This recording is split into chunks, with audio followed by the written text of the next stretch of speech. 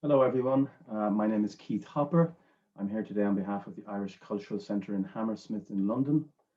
As part of its remit, the Irish Cultural Centre provides a platform for Irish writers to launch, promote, and discuss their work. Its inaugural literary festival in autumn 2020 showcased a number of Irish writers from all parts of Ireland, from Canada, from America. And this slightly shorter series is going to focus on leading voices and writers from Northern Ireland. So today I'm in conversation with Lucy Caldwell. Born in Belfast in 1981, Lucy is the multi-award winning author of 3 novels, several stage plays and radio dramas, and a collection of short stories, Multitudes, which was published by Faber in 2016. She's also the editor of Being Various, New Irish Short Stories, again published by Faber in 2019. She was elected a Fellow of the Royal Society of Literature in 2018, and Lucy's latest collection of short stories, Intimacies, will be published by Faber in May, I think. This May, May? yes. Yes, wonderful. So, Lucy, it's great to have you here. In the normal course of events, of course, we'd be having this conversation live on stage at the Irish Cultural Centre in Hammersmith, a wonderful venue in front of an audience. And here we are on Zoom speaking through our computer screens. How has lockdown and this ongoing pandemic saga been for you? Oh, I mean, I think we're all at that stage now where it's just a grind, you know. It's just the homeschooling, the homeworking, the expecting that we will be out of this by now, you know. When lockdown happened last year, my collection of short stories was just about to be published. And then they delayed it. First of all, they delayed it till July, and then the autumn, and then a whole year. And here we are a whole year later. But I think I tell myself every day where we've done the 12 darkest weeks of the year, that every day there's a bit more light. Both of my parents have been vaccinated now as of yesterday, and everything is starting to get better. So it can't be much longer before we're back in the lovely centre in Hammersmith, a glass of wine and real people in a room. Is going to feel so special. Real people in a real room with real wine and no masks. I look forward to that, Lucy. It's great that people are getting vaccinated. I mean, I think it's odd things, you know. I've attended, I think, 4 or 5 book launches on Zoom. I mean, it's strange and it must be difficult. What was lockdown a good opportunity to write, or was it so busy with homeschooling and everything else? Yeah, do you know what, it was so strange. I've written over the past maybe 7 years or so almost exclusively short stories. I've loved writing them. It's taken me years and years before any of the short stories I've written have been any good. But I've loved writing them over the last few years, and I loved editing the stories and being various. And I really didn't think I would write another novel again. Also, I've been looking after my 2 children. William is now 6, Orla is 3. So I've had very little working time, and I've managed to write short stories. You know, I've managed to, something about the length, the intensity of a short story, and mine tend to be quite short. I've managed to hold that open, to hold that, you know, I've managed to do that. And something about the slog of a novel just hasn't seemed possible. But then really strangely, last year, I wrote a short story based on the London Blitz. It came, funnily enough, I think, from reading one of the books my son was obsessed with for about a year, was Peepo, the Janet and Alan Alberg, you know, here's a baby, 1, 2, 3, and it's set during the London Blitz. And I wrote a short story about the London Blitz. And then I started thinking, hang on, there was a Belfast Blitz, which I had never, you know, done in history. I remembered there's a brilliant novel by Brian Moore called The Emperor of Ice Cream. Yes. It's very autobiographical. That's his experiences of being a young ARP warden in the Blitz. And then I remembered a book that I'd loved by Joan Lingard, who's famous for her Kevin and Sadie series. But actually, I think her best book is The File on Fraulein Berg. And it's about some school children who become convinced that their teacher is a German spy. Actually, she's a Jewish refugee. Really brilliant book. And I started thinking that the Belfast Blitz, it's still just about within living memory. And I started finding and interviewing people, men and women now in their 80s, late 80s, who had been children in the Blitz. And during this whole strange lockdown, I was thinking, my son, who was 5, who turned 6, what is he going to remember of this strange, strange time? And so I started asking people what their memories were. I started reading diaries and reading online archives and what I could find of public records online and blogs, and this world suddenly started accruing momentum, velocity. And then for the Belfast Blitz took place during April to May 1941. So it was a whole year after the London Blitz. The London Blitz started in 1940, September. And the war had broken out, of course, a whole year before that. And so there was a strange sense as well, a bit like how it felt for us, that you saw this thing approaching, but you never quite thought it would happen. You never quite thought it would be that bad. Then suddenly it was upon you. And it was so strange. Our lockdown, which was April to May, first lockdown, it seemed this extraordinary window opened for me between worlds.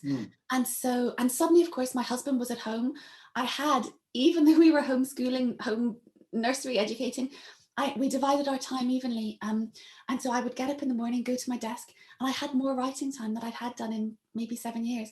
And it became a bit of a lifeline for me. Every day I would be at my desk by 7:30, 8 o'clock. And for a few hours each day, I would live and breathe the Blitz. And I wrote it almost in real time, because the Belfast Blitz was 4 blitzes between April to May 1941. And I mapped the history books and mapped people's memories over these extraordinary few weeks that we had. And so actually in those 2 months, I wrote the first draft of what will be my first novel in a decade, which is coming out next year. Faber will be announcing it shortly, I think. I think it'll be announced by the time this is broadcast. So in that very strange way, it was a very weirdly productive time for me in a way that I could never have anticipated. And it's a lovely way to mark lockdown. I think it's such a lovely, I mean, the thing in itself, but such a lovely metaphor for this period, a way of recording this strange time. That sounds wonderful. I mean, so that gave you had structure, you had time to do that. I mean, you also teach creative writing, is that right? I mean, were you teaching remotely during lockdown? No, it actually stopped. I was teaching an in-person course at the time at Faber, at the Faber Academy, at my publishers. And it just paused because, of course, we thought that we would be back to normal by the summer. Then we thought we'd be back to normal by the autumn. I did finish the course online this autumn, and I'm currently teaching another online course. Yeah. I think we've all settled more into those rhythms. And as it happened, one student in my course, she is from Hong Kong. She'd been in London studying and doing my course in the evenings.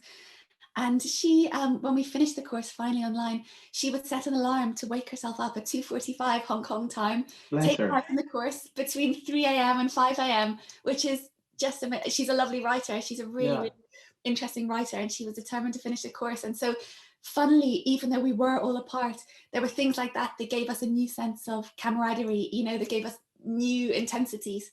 Yeah. I mean, it's exhausting, but there are advantages to it. That's one of the great ones. So do you enjoy teaching creative writing? How has it changed your own writing in any way? Yeah.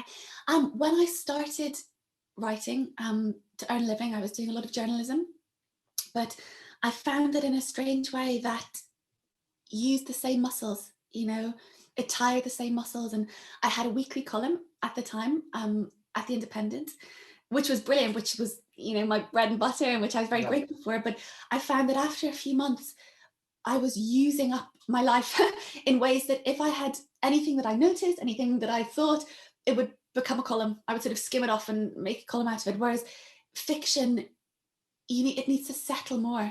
And so I found that all the stuff that might have been resources for fiction was, it was, I was using it up. And so then I started teaching, and I think because I hadn't written very much when I was teaching, because I was quite young, the practice that I've always had with other writers has been close reading.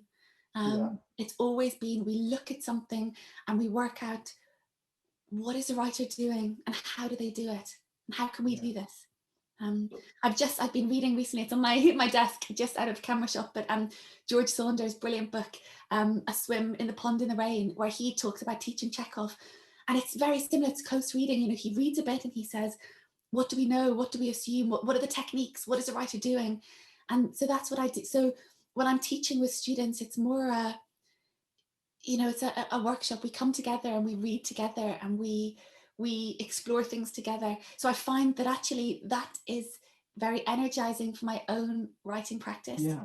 I'm actually teaching Chekhov to some students next week on my short story course. Yeah. What would be your advice? I'll tell them this, I'll pass this on. What would be your advice to students who are struggling to write their first novel or their first short story? What would be the key advice you'd give them? I think, I mean, if you're already probably an attentive reader, that's all it is really. You know, being an attentive reader. I think that the thing that really does help is having a group of like-minded people. You know, the writing groups that I've been part of in my early writing life were so invaluable. You know, meeting up with a group of people and you swap work and you share work and you read each other's work. And funnily, the most important thing is sometimes learning when to ignore what people are saying. You know, when to just let it go in one ear and out the other, when to hold fast to your guiding star, to your vision of the thing, is as important as anything else. Yeah. So I think it would be the line, I always come back actually to a line from Chekhov. It's a line from the ending of The Seagull. And he says, I used to think it was about the glamour, I used to think it was about the fame, but it's about none of those things. It's just about having the ability to endure and to go on enduring. Yeah. I always think of that. And when I started out, I had a newspaper clipping by the crime writer Walter Mosley pinned to my notice board, so I would see it every day. And it said, basically, I'm paraphrasing now because I've lost the newspaper clipping along the way, but he said, write every day. And he said, you just have to, a writer is someone who writes.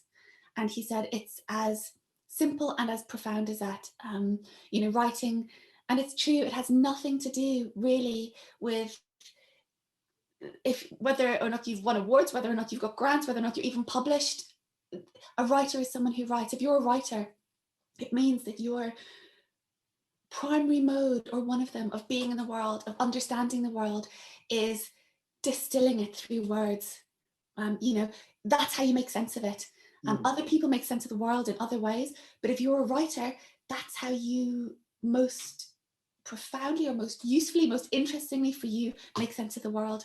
And so it's knowing that you just have to do it every day. If you're creating a world, especially if it's a novel, it does, Walter Mosley used the phrase, it turns to smoke, if you come back to it every day. And so you have to keep this world alive. You have to find ways of fencing it off from your children, from your loved ones, from your flatmates, protecting the time in which you write. Maybe a very useful piece of advice is, and this I learned from hard experience, is have a cover story. You know, when someone says, what are you writing? They don't really want to know. All they want to do is to be able to say with genuine relief, that sounds really interesting, you know. And I've been too many times, I've sort of, especially when I was starting out, people would say, oh, what's your novel about? And I would start to tell them, and it would be kind of messy and complicated. And I would see their eyes start to glaze over, maybe shoot sideways as they look for an escape route. And I would start talking faster and faster, getting more and more panicked, trying to convince both of us that it was worth doing. And then, of course, you know, you lose confidence in it yourself. Yeah. And so have a plug away at it every day.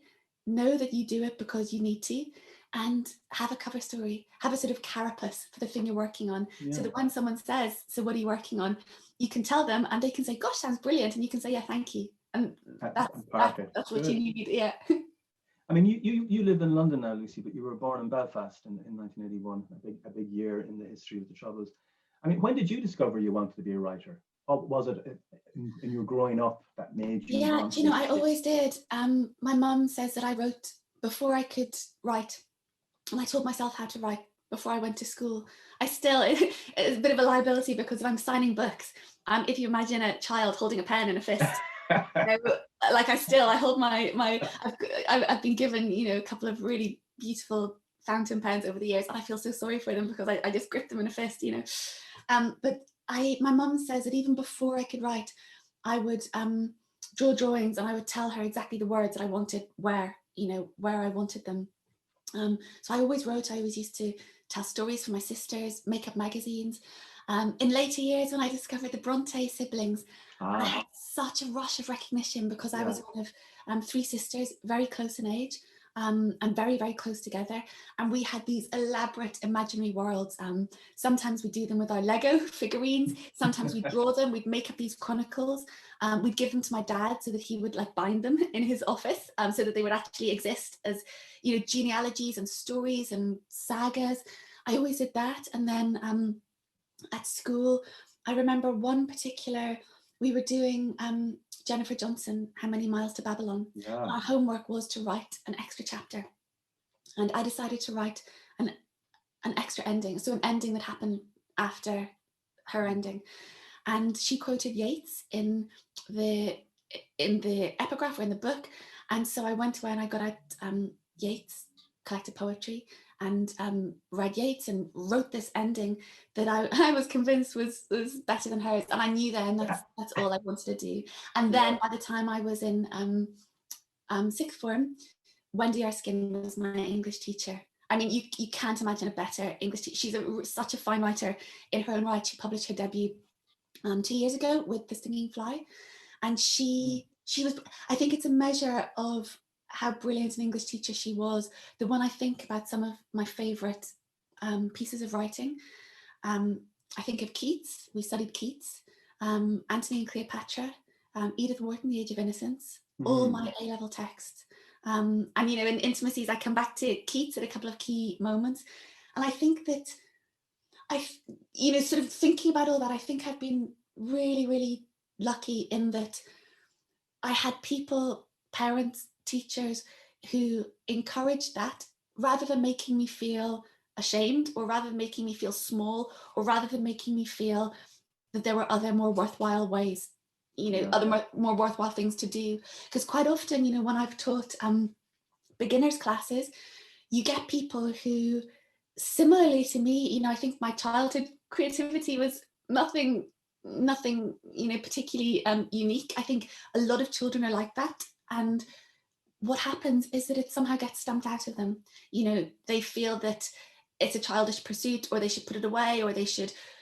I've had students who have said that their parents have said they should, you know, they've gone into IT or they've gone into law or they've gone into, you know, the professions because their parents have thought that it wasn't the right thing for them to do, or they haven't had inspirational teachers at those key moments.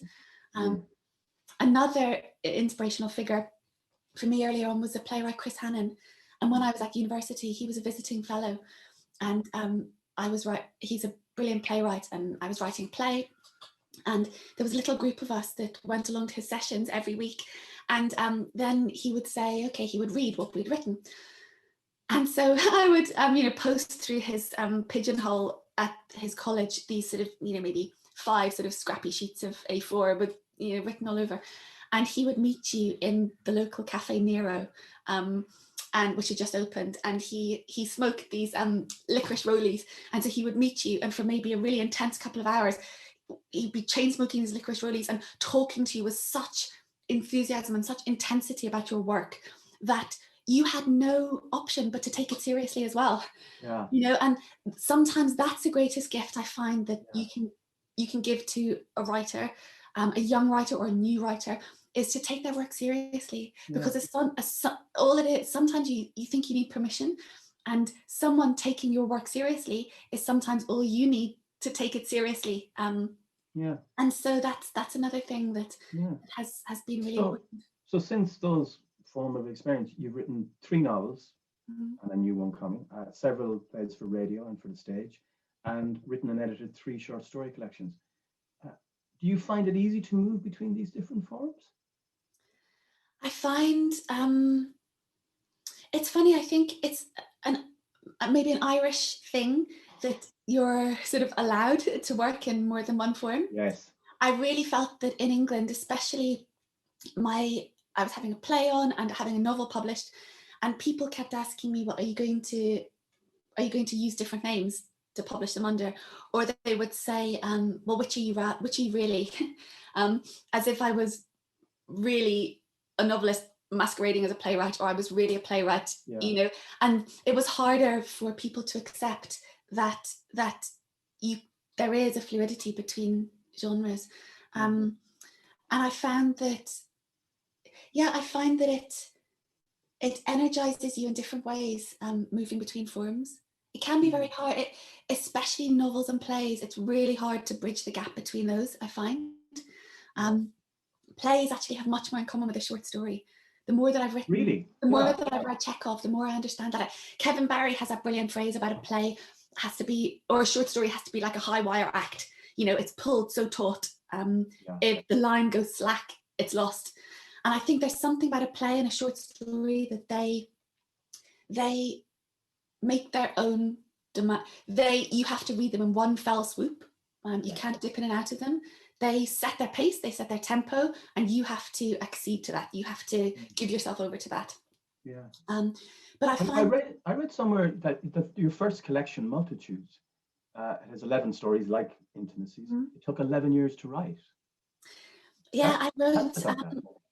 After I'd written my first novel, and I wrote it as an undergrad, finished it in my MA year, and then I had this vision. I wanted to write a collection of short stories, all narrated by young women, girls and young women, all set in Belfast, and I wrote them, and they were no good. I mean, none of them were any good, and also the whole collection was less than the sum of its parts. And I had thought at that time, short stories must be easier than a novel because they're shorter. I mean, such a rookie error. They're so much more difficult. And at the other end of that, now you're the editor of Being Various, new Irish short stories, came out in 2019. I really enjoyed reading that over Christmas. I was very struck the variety of different voices you brought in, people like Kevin Barry, but lots of new young writers I hadn't heard of before. But I was really struck by the collective vision of Ireland that they conjure up. I mean, that's one of the great joys of these things, I guess. I haven't lived in Ireland for over 20 years, but I'm actually moving back in the summer. And your anthology freaked me out a little, I suppose. I'm moving back to Sligo, my hometown, to work there. And but the anthology made me think I'm not returning home as such. I'm moving to a different country. I mean, how do you think Ireland's changed in the past 2 decades? I mean, I've got this. This was inside my copy of Being Various. You can see, I can hold this up. That will be familiar probably to your viewer. That's that postcard, that famous old postcard. And this is when my sisters made it for me when I got my first, and they cut out the most studious photo of me they could find, very severe fringe, glasses, and they Tippexed in like Lucy Caldwell, sort of just above Brendan Behan and just below Oscar Wilde. And for so long, that's been, I mean, that postcard you still get. For the last time I was in Galway for Courch Festival, brilliant festival, that postcard was still for sale in some of the newsagents. It's like, that's still, for so long, that's been the prevailing vision of Ireland. But I wanted to break that open. I think I had those Faber anthologies on my bookshelves before I was even published. Those brilliant, the David Marcus anthologies of new Irish short stories. And I always used to idly think, if I could do one of those, what would it be? And I always used to think I would focus on women writers, because the place that I grew up in, it was very, when you think of those stories, it's largely, with a few shining exceptions like Mo Molam, it's male religious leaders, male political leaders, soldiers on the street, male voices, and the writers who are most celebrated, we have so many brilliant female writers who aren't as celebrated as their male counterparts. And then Sinead Gleason published her brilliant anthology. You can see it behind, I can see it it's on the shelves behind me, The Long Gaze Back, which was Irish women writers over, I think, 4 centuries. And I did an event with her for that in Belfast with all the Northern writers. And we were on this stage together. And, this is 2016. And I felt all of us just at one point, midway through the event, we said, this never happens. We never have, all these Northern women, exclusively Northern women on a stage together. And we said to Sinead, you have to we need a Northern anthology. And being a Southerner, she didn't know if she was the right person to do it, but of course she's phenomenal, and she was, and she did this anthology, The Glass Shore. And so then when my editor at Faber, who also happens to edit this, being the series, he said to me, would I like to have a go at it? Like, if I did it, what would my vision be? And I thought about it, and very quickly I realized I very much did have this vision. And I wanted to include in it Irish writers who are Irish because their parents have come to Ireland from elsewhere, or because they have come to Ireland from elsewhere. And the anthology opens with one of my favorite stories in it, which is a story by Yenga, who is a Chinese-born superstar who met and fell in love with an Irishman in New York, and came back to Ireland to raise their child. And started writing in English. And she is exactly the sort of contemporary face of Irish writing that should be on that postcard. Similarly, I have a brilliant story by Malata Uche Okori, who came to Ireland with her young daughter as an asylum seeker, lived in direct provision for years, and has a really nuanced, sensitive, beautiful story in the collection. Arja Kajarmo, who came from Finland as a 20-year-old and has lived in Ireland for 40 years. And she says she's never considered an Irish writer, even though that's a place she chose to come, even though it's a place she's lived, she raises her family. And so I wanted to really break open this notion. I have a story by Kit Duvall, who was born in Birmingham to one Irish, one Caribbean parent. And this sense of diaspora, I think all these links between Irish and Caribbean communities in London, all the sense of diaspora is something that doesn't feature to the extent it should in a sort of overview of, you know, what it means to be Irish. I think of my own daughter, you know, my children, both technically Cockneys, you know, born in East London, you know, registered like right beside the Stepney Bells. My son William, my daughter, we gave her an Irish name. She's called Orla, spelt the Anglicised way. And they both have Irish passports, of course, which we're so grateful for with Brexit. But I wonder how Irish will they feel? How Irish will they feel entitled to be?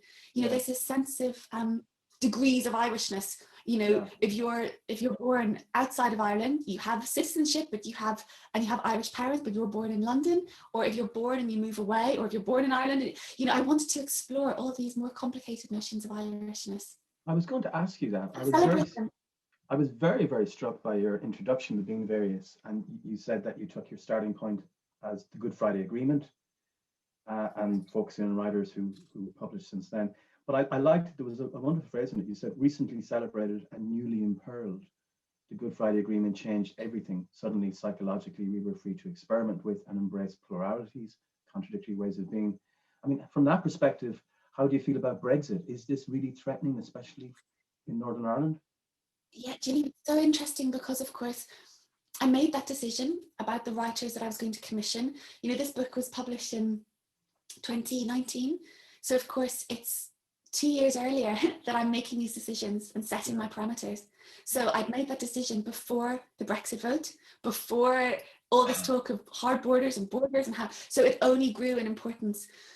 But I thought, thinking about the Good Friday Agreement, my title comes from a line in Louis MacNeice, the epigraph as well. I peel and portion a tangerine and spit the pips and feel the drunkenness of things being various. And that I should have started a couple of lines back, because that stanza starts with world is crazier and more of it than we think, you know. And he, in that poem, in his work, he celebrates the possibility of not being either or, but of being both and. And I think for a very particular, maybe very narrow strand of my generation, and interestingly, I think it's those of us who call ourselves Northern Irish, regardless of religious upbringing or political affiliation necessarily, it tends to be those of us who sort of came of age. I was too young to vote for the Good Friday Agreement. I was 16. I was doing my GCSE exams and really annoyed at the sound checking of the bands coming from Stormont, because it was interfering with my learning my physics formulas or whatever. But But what the Good Friday Agreement did is it allowed us all to not have to choose between British and Irish identities. It allowed you to be both. It felt like there was such a relief. It felt like something lifting. It felt like things were possible. Multiplicities were possible. Complexities were possible. And there was such a freedom in that. There was such a freedom. And so much of my own identity as a writer is bound up with being Irish. You know, I started writing my first novel when I went away to England to university, and people assumed there that I was Irish. I didn't have an Irish passport. I'd grown up with a British passport, mixed marriage, you know, one parent Catholic, one parent Protestant, but living in East Belfast, which is a lot more mixed, has always been maybe more mixed than has been thought or allowed, but going to a school that was sort of by default mainly Protestant. And yet there I was, and there were 3 Lucys in my year, and so I was known as Irish Lucy, which my friends thought was hilarious. And I started to realize that I could be Irish, that I was Irish. I applied for my first Irish passport as I was writing my first novel. So for me, you know, those things are sort of so intricately bound together. And for a lot of my friends, similarly, being Irish began to be possible in ways that it just wouldn't have 5 years earlier. Yeah. And so I think that's what the genius of the Good Friday Agreement was, and that's why it does feel imperiled. A lot of that understanding of identity and how fragile it is, that really does feed in, I felt, to your new book, Intimacies.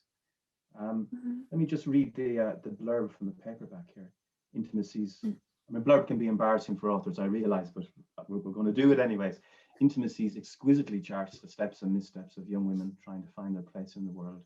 From a Belfast student ordering illegal drugs online to end an unwanted pregnancy, to a young mother's brush with mortality, from a Christmas Eve walking the city centre streets when everything seems possible, to a night flight from Canada which could change a life irrevocably.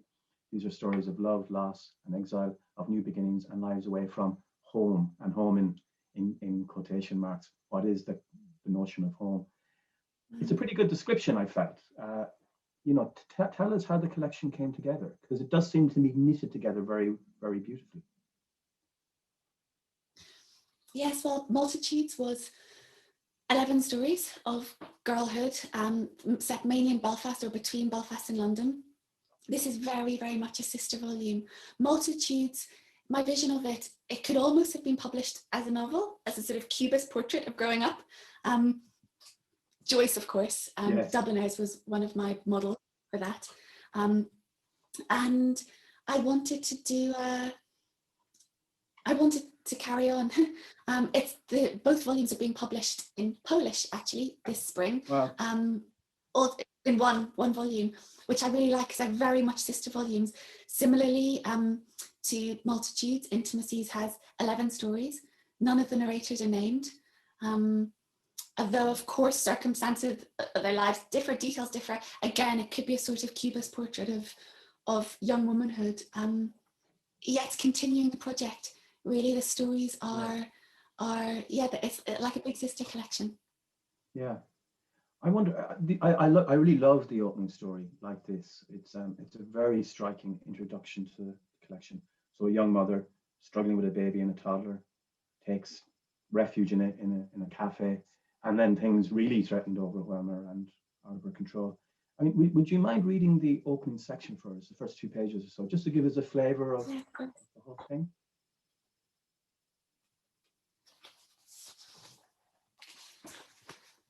Yeah, this is, the story like this. It's, as you say, frazzled young mother, baby, toddler, juggling everything, goes into a cafe.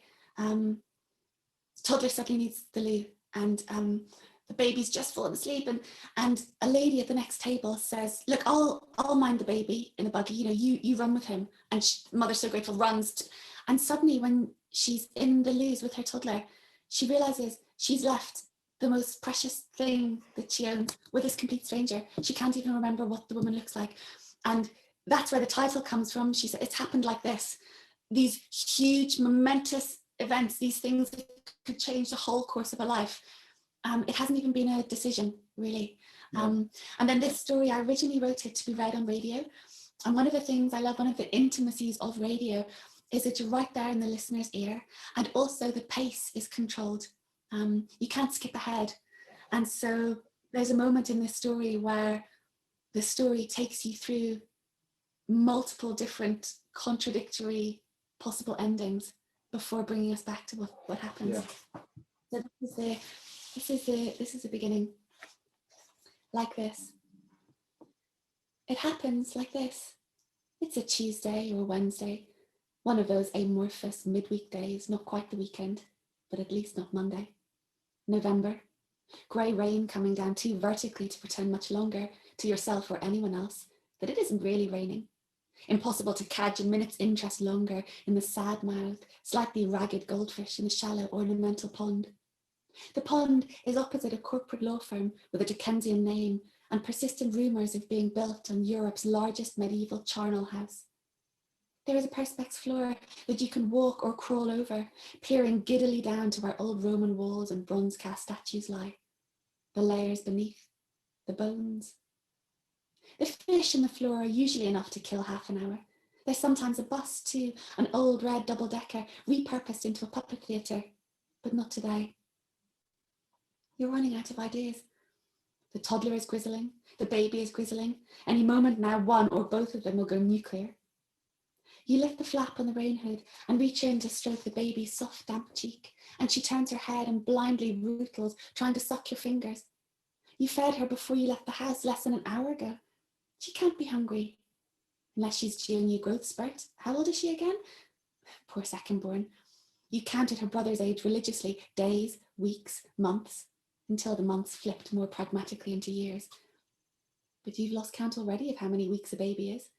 12, you think? Maybe 13?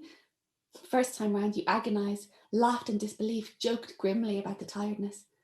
This time, there isn't the energy even for that. You're hungry, you say. Poor wee thing, you're hungry.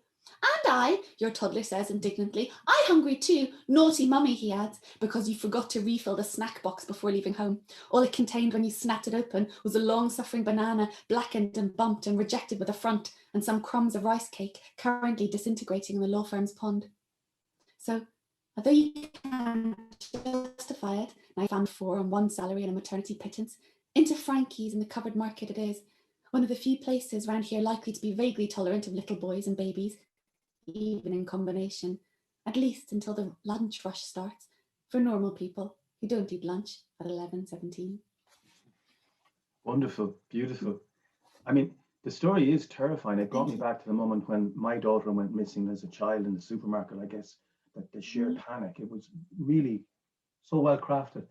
The study of literature, though, is a very abiding theme throughout these stories. So in May Day, for instance, a college student orders drugs online to end this unwanted pregnancy, and the story flickers between her childhood memories of growing up in Northern Ireland and her present study of English literature, where she, I guess, realizes women's choices have always been circumscribed.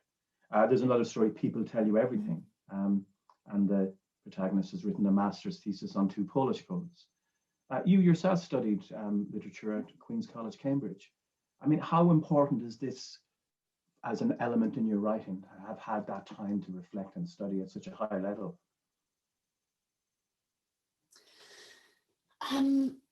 Yeah, I mean, you know, books are made from books and stories are made from stories. And these, as I said earlier, you know, about how being a writer is how you, if you're a writer, then writing is how you live most fully in the world, how you are most fully here. Yeah. And for me, that's always been reading. You know, like when I was first pregnant, the first thing that I did is I have a whole shelf now of, you know, about 20 books on, you know, being pregnant and children and breastfeeding and all this, because the way that I've always coped with things is I've always read. You know, I've always read and assimilated information, and I sometimes think that when I'm writing, I sometimes think that people often ask, who are you writing for?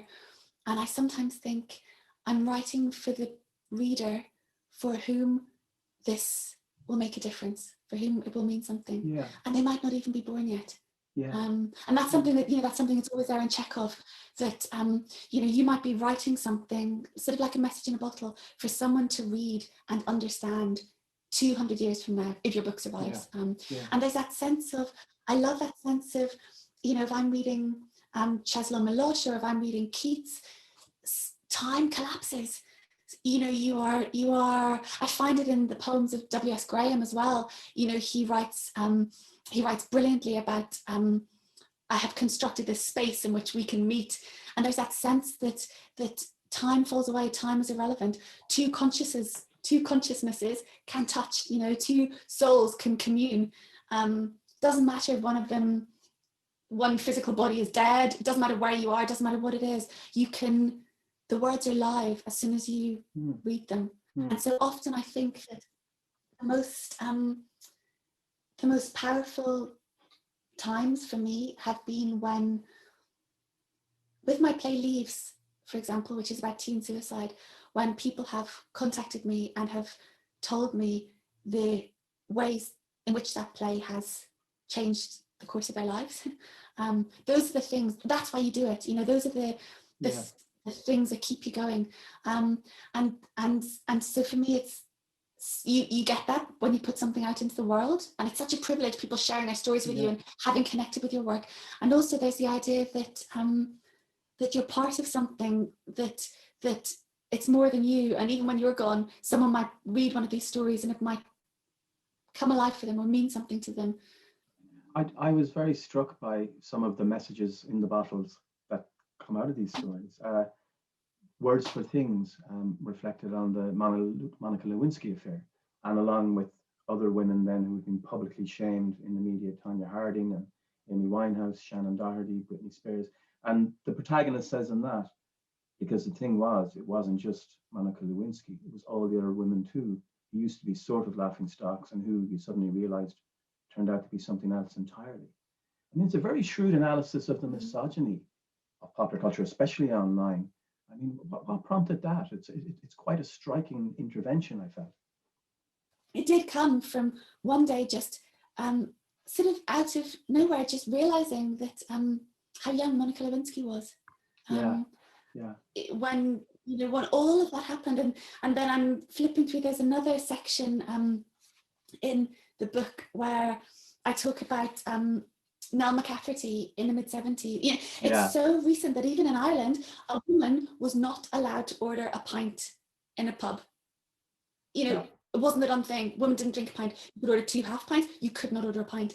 And so Nell McCafferty, I have it in, she leads a charge of 30 women into a pub. They ordered 30 brandies and 1 pint of Guinness. When the barman refused to pull a pint for a woman, they each drank a brandy and then refused to pay on the grounds that their order had not been fulfilled. That's true, she did that. And you think of these people who have a different vision of how society can be, and how one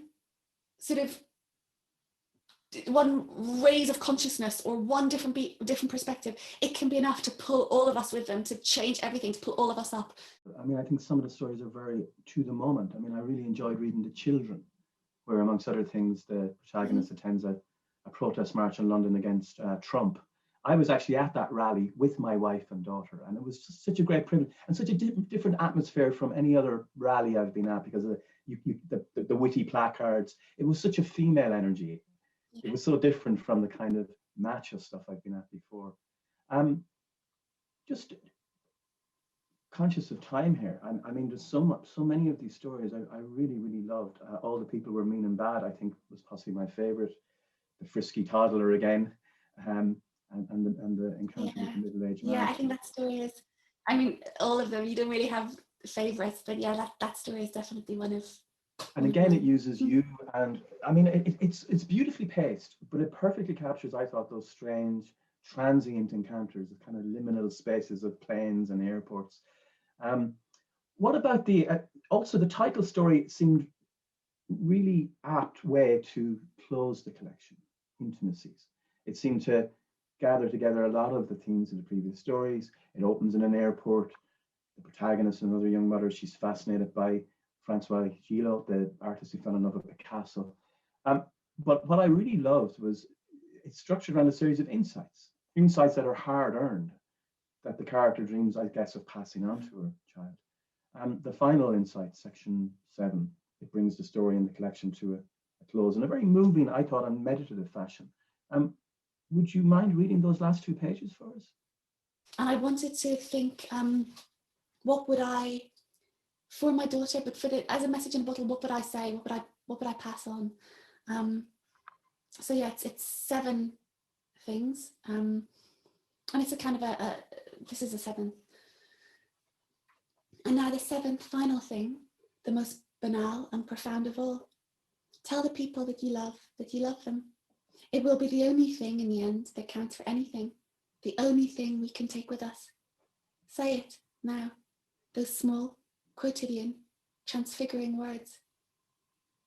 I wonder how old you'll be when you read this, and if I'll be gone, and if the dark magic that there is, after all, a way of telling you this, of putting it somewhere, so that one day, when you need it, you might understand that time is just a summary of time. Everything's forever, and nothing is lost.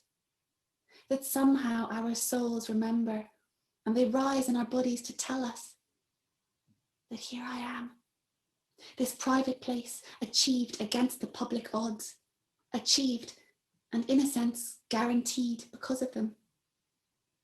Intimacies, first used in printed English in 1641, along with catafalque, charism, eavesdropping, along with holy of holies, infinitude, intertwine, with jubilate, tantamount, tantivy, unfurl.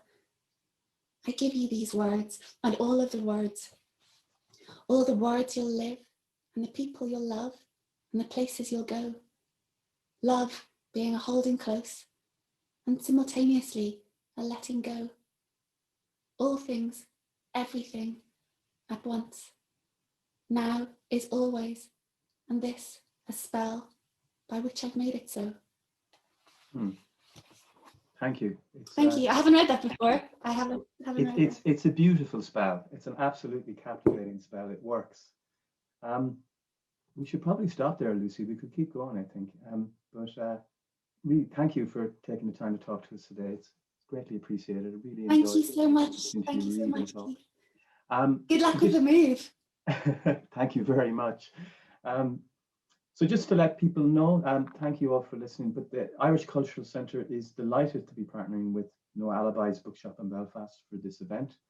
And if you're interested in purchasing Lucy's Intimacies at a discount, please check out the website, the ICC website, for further details. So thank you all for listening, and stay well. Wherever you are, yeah, thank you so much. Thank you.